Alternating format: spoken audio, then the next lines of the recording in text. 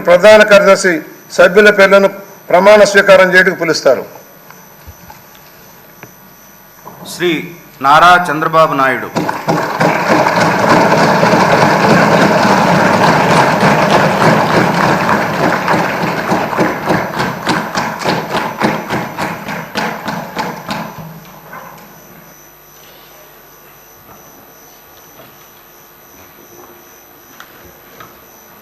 నారా చంద్రబాబు నాయుడు అనే నేను శాసనసభ సభ్యునిగా ఎన్నిక అయినందున శాసనం ద్వారా నిర్మితమైన భారత రాజ్యాంగం పట్ల నిజమైన విశ్వాసం, విధేయత చూపుతానని, భారతదేశ సార్వభౌమాధికారాన్ని, సమగ్రతను కాపాడుతానని, నేను స్వీకరించబోయే కర్తవ్యాన్ని శ్రద్ధాశక్తులతో నిర్వహిస్తానని దైవ సాక్షిగా ప్రమాణం చేస్తున్నాను.